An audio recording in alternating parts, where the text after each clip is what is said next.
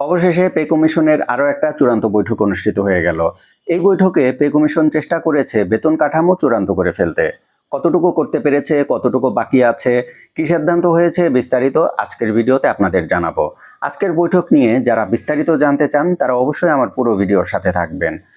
Pay commission ২১ তারিখে তাদের একটা বৈঠকের সময় নির্ধারণ করেছিল। সেই বৈঠক চলাকালীন সময় বা সেই বৈঠকের মাঝে একটা সপ্তাহ রেখেছিল। তখন সবাই আমরা কনফিউজড হয়েছিলাম কেন এই একটা সপ্তাহ রাখলো। আমরা গত সপ্তাহেই বলেছিলাম পে কমিশন এই সপ্তাহে আরও একটা বৈঠক করবে। ২১ তারিখে যে সভাটা রেখেছে সেই সভাটা মূলত তারা ব্যাকআপ হিসাবে রেখেছিল। তারা এই সপ্তাহে মূলত আরও একটা বৈঠক করার মাধ্যমে গত ৮ তারিখে যে সিদ্ধান্তগুলো নিয়ে কনফিউশন তৈরি হয়েছিল সেই সিদ্ধান্ত নিয়ে আবার আলোচনা করার কথা ছিল।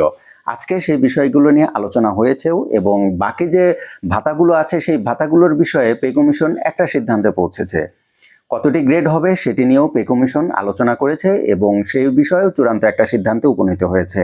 আমরা গত সপ্তাহে দেখেছিলাম যে পে কমিশন গ্রেড সংখ্যা কতটি হবে সেই বিষয়ে ৩টা রূপরেখা দিয়েছিল। একটা হলো ২০টি গ্রেড, যেটি বর্তমানে আছে সেটি বর্তমান থাকবে। আর একটি হলো ১৬টি গ্রেড, কিছুটা কমিয়ে ১৬টি গ্রেড করা, এবং আরও একটি হলো সেটি হলো ১৪টি গ্রেড করা। এখন এই যে ৩টা গ্রেড, সেই ৩টা গ্রেড করলে কোথায় কোথায় অ্যাডভান্টেজ আছে, কোথায় কোথায় সমস্যা তৈরি হবে, সেই বিষয়গুলো নিয়ে এই কমিটিতে বা এই বৈঠকে আলোচনা হয়েছে। সেই আলোচনায় দেখা গিয়েছে যদি গ্রেড সংখ্যা কমানো হয় তাহলে একটা প্রশাসনিক বা জটিলতা তৈরি হবে। যেমন এই যে প্রমোশন, বর্তমানে যারা চাকরিরত আছেন তাদের যে বেতন গ্রেডগুলো আছে সেগুলোতে কিভাবে সমন্বয় হবে সেটি একটু সময় সাপেক্ষ ব্যাপার হবে এবং কিছুটা জটিলতা তৈরি হবে। মূলত এই কারণেই পে কমিশন ইচ্ছা থাকা সত্ত্বেও, আমরা আগেই বলেছি পে কমিশনের ইচ্ছা ছিল গ্রেড সংখ্যাটা কমিয়ে নিয়ে আসা। কেননা সরকারি চাকরিজীবীদের সংগঠনগুলোর সাথে যতবারই কথা হয়েছে তারা প্রত্যেকেই একটা মতামত দিয়েছে গ্রেডগুলো কমিয়ে নিয়ে আসা। যে সকল বিশেষজ্ঞের সাথে কথা হয়েছে সবাই একটাই মতামত দিয়েছিল গ্রেড সংখ্যা কমিয়ে নিয়ে আসা হলে বৈষম্য কিছুটা কমানো সম্ভব হবে। তারা নিজেরাও চেয়েছিল গ্রেড সংখ্যা কমিয়ে নিয়ে আসবে, কিন্তু শেষ পর্যন্ত তারা গ্রেড সংখ্যা কমাতে পারেনি, শুধুমাত্র প্রশাসনিক জটিলতা তৈরি হবে এই কারণে। আর যদি এই জটিলতা কমাতে চাওয়া হয় তাহলে আরও বেশি সময় লাগবে পে কমিশনের চূড়ান্ত রিপোর্টটা সুপারিশ করতে। পরবর্তীতে দেখা যাবে যখন গ্রেড সংখ্যা কমবে, এটি যখন সমন্বয় করা হবে তখন জটিলতা আরও দীর্ঘতর হতে পারে। এই কারণেই মূলত পে কমিশন গ্রেড সংখ্যা কমানোর দাবি থেকে সরে এসেছে বা পরিকল্পনা থেকে সরে এসেছে। তাহলে লাভটা কি হলো? আমাদের বৈষম্য তো থেকেই যাচ্ছে। অবশ্যই গ্রেড সংখ্যা না কমলে আমাদের বৈষম্য থেকে যাবে, কিন্তু এই বৈষম্য কমানোর আরও একটা ওয়ে আছে। সেই ওয়েটা সর্বনিম্ন বেতন সেটি তুলনামূলক হারে বাড়িয়ে দেওয়া এবং মাঝের যে গ্রেডগুলো আছে সেই গ্রেডগুলোতে ভবিষ্যতে কোনো প্রকার নিয়োগ না দেওয়া। তাহলে দেখা যাবে গ্রেড সংখ্যা না কমানোর পরেও একটা নির্দিষ্ট সময় পরে এই গ্রেডগুলো সমন্বয় হয়ে যাবে এবং তখন গিয়ে গ্রেড সংখ্যা কমানোটা খুব বড় বাধা হবে না। তাহলে এখন প্রশ্ন জাগে যে বর্তমানে পে কমিশন এতদিন সময় নিয়ে কি করেছে? পে কমিশন এতদিন সময় নিয়ে শুধু এই বেতন কাঠামোটা সুপারিশ করবে, ব্যাপারটা শুধু তাই নয়, এর সাথে সাথে কোথা থেকে অর্থ সংস্থান হবে এবং কোন কোন সূচকের প্রেক্ষিতে ভবিষ্যতে বর্তমান পে কমিশন পে স্কেল তো অবশ্যই, ভবিষ্যতে যারা পে স্কেল নির্ধারণ করবে তারা কোন কোন সূচক নিয়ে কাজ করলে আরও যুগোপযোগী এবং বৈষম্যমুক্ত হবে সেটির রূপরেখাও তারা প্রণয়ন করে দিয়ে যাবে। অর্থাৎ ভবিষ্যতে যখন পে স্কেল হবে তখন পে কমিশনের এই পে স্কেল প্রণয়নের কাজটা এতটা কঠিন হবে না যতটা এই পে কমিশন অথবা বিগত পে কমিশনের সময়ে আমরা দেখেছি। এটি ছিল পে কমিশনের অন্যতম একটা টার্গেট। অবশ্যই ভালো একটা উদ্দেশ্য নিয়েই তারা কাজ করেছে, কিন্তু আমাদের সমস্যা হলো আমাদের নির্বাচনের আগে পে স্কেলটা দরকার। যদি এই সময়ে পে স্কেলটা কার্যকর না হয় তাহলে পরবর্তী সরকার এসে এই পে কমিশনের সুপারিশমালা গ্রহণ করবে এমন নিশ্চয়তা কিন্তু নেই এবং আইনগত বিধানও কিন্তু নেই। তারা যদি চিন্তা করে তারা তাদের মতো করে বেতন কাঠামো সুপারিশ করবে এবং পে স্কেল দিবে, তাহলে আপনারা তাদের কিন্তু খুব বেশি দোষারোপ করতে পারবেন না। এই কারণে আমাদের দাবি যে বর্তমান সরকার যেন পে স্কেলটা বাস্তবায়ন করে দিয়ে যায়। এখন প্রশ্ন হলো যে গেল যে কতটি গ্রেড হবে, গ্রেড সংখ্যা 20টি থাকবে এই ব্যাপারে সর্বসম্মতভাবে তারা একমত হয়েছে। অর্থাৎ পরবর্তী পে স্কেল যেদিনই হোক না কেন গ্রেড সংখ্যা কমছে না, 20টি থাকছে।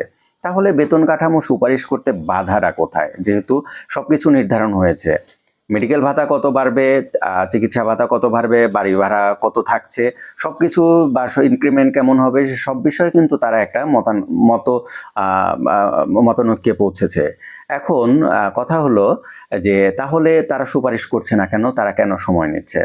তাদের একটা কনফিউশন তৈরি হয়েছে, সেটি হলো সর্বোচ্চ এবং সর্বনিম্ন বেসিক কত হবে, এখানেই মূলত আসল খেলাটা হবে। কেননা তারা চাচ্ছে বৈষম্যটা কমুক, তারা চাচ্ছে বেতন গ্রহণযোগ্য হারে বাড়ুক। কিন্তু দেখা যাচ্ছে সর্বনিম্ন বেসিক যখন নির্ধারণ করতে চাওয়া হচ্ছে, তখন সেটি বৈষম্য কমানোর জন্য এবং যে সময়ে আগে পে স্কেলটা হয়েছে সেই সময় থেকে এই সময় পর্যন্ত যথেষ্ট সময় পার হয়ে গিয়েছে, সেই কারণে সর্বনিম্ন বেতনটা তুলনামূলক একটু বেশি বাড়াতে হচ্ছে। কিন্তু সেটি বর্তমান অর্থনৈতিক অবস্থা এবং সরকার কিভাবে গ্রহণ করবে সেটি নিয়ে একটা কনফিউশন তৈরি হয়েছে।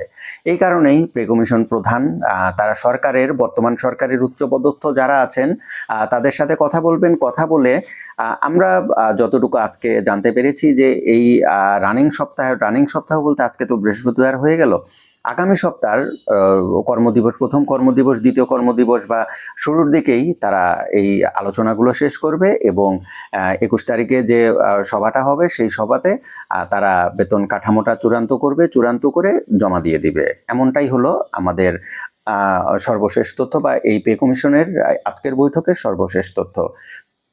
এখন একটা প্রশ্ন জেগেছে যে আগামী সপ্তাহে পে কমিশন তারা যদি আলোচনা করে সরকারের উচ্চপদস্থ যারা আছেন তাদের সাথে, তাহলে 21 তারিখ পারবে কিনা। যদি পে কমিশন চায় তাহলে 21 তারিখ অবশ্যই পারবে এবং সেটি উচিত।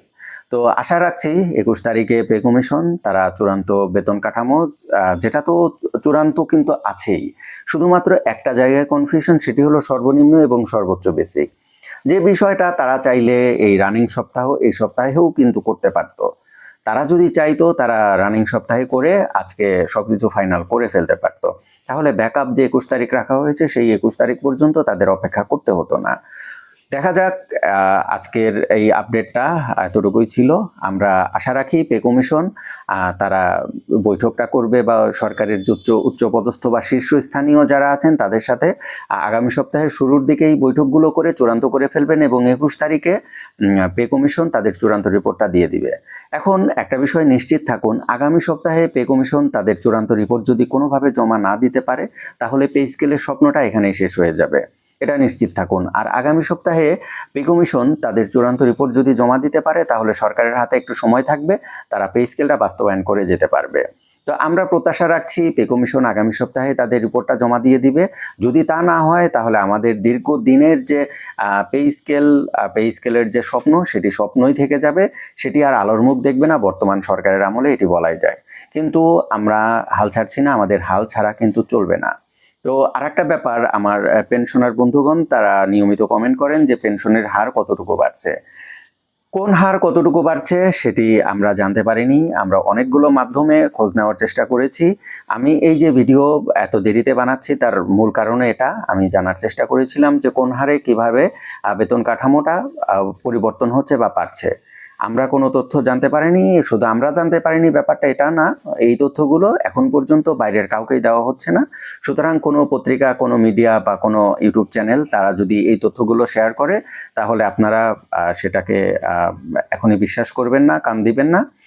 আমাদের আরও 21 তারিখ পর্যন্ত অপেক্ষা করতে হবে, এমনকি আমরা আগামী সপ্তাহে এটি জানতে পারি। আর পে কমিশন তারা যথেষ্ট সতর্ক, তারা চাচ্ছে না এই তথ্যগুলো এখনই বাইরে আসুক। তারা শুধু কোন কোন বিষয় ফাইনাল করেছে আমাদের শুধু সেটা জানিয়েছে, এর বাইরে কোনো তথ্য আমরা জানতে পারিনি। আর পে কমিশন তারা সতর্কতার সাথে কাজ করছে এবং বৈষম্য মুক্ত পে স্কেল যেন হয় সেটির চেষ্টা করছে। তবে সেই চেষ্টা করতে গিয়ে যদি নির্বাচন চলে আসে, ফেব্রুয়ারি মাস চলে আসে, তাহলে আমাদের কিন্তু খুব একটা ফায়দা হবে না। এই কারণে আমাদের প্রত্যাশা থাকবে, আমাদের দাবি থাকবে পে কমিশন তারা যেন 21 তারিখের মধ্যে, এমনকি 21 তারিখে বেতন কাঠামোটা সুপারিশ করে দেয় এবং সরকার তারা যথেষ্ট আন্তরিক, তারা চাচ্ছে পে স্কেলটা প্রণয়ন করে দিয়ে যাবে, তারা যেন যথেষ্ট সময় পায়। এই কারণে 21 তারিখের মধ্যে পে কমিশনের কাছে প্রত্যাশা থাকবে তারা যেন রিপোর্টটা জমা দিয়ে দেয়। তো বন্ধুরা, আজকের বৈঠকের আপডেট ছিল এটি। আশা করি আপনারা বুঝতে পেরেছেন যে আজকের বৈঠকের বিস্তারিত কি ছিল। তো এর বাইরে কোনো আপডেট নেই। আশা করি এই আজকের বৈঠক নিয়ে খুব একটা নিউজ খোঁজাখুঁজি করতে হবে না যারা আমার পুরো ভিডিওটা দেখেছেন। আর যারা পুরো ভিডিওটা মিস করে গিয়েছেন তারা অন্যান্য সোর্স থেকে তথ্য সংগ্রহ করতে পারেন। দিন শেষে দেখবেন যে এই নিউজগুলো সব জায়গায় বিভিন্নভাবে ঘোরাঘুরি হচ্ছে। তো তো আজকে এই পর্যন্তই, সবাই ভালো থাকবেন, পে স্কেল হোক এই প্রত্যাশা রাখছি। পে স্কেলের বিকল্প আসলে কিছু নেই, আমাদের আর্থিক সংকট কাটানোর জন্য পে স্কেলটা খুব বেশি জরুরি। সবাই ভালো থাকবেন, আসসালামু আলাইকুম।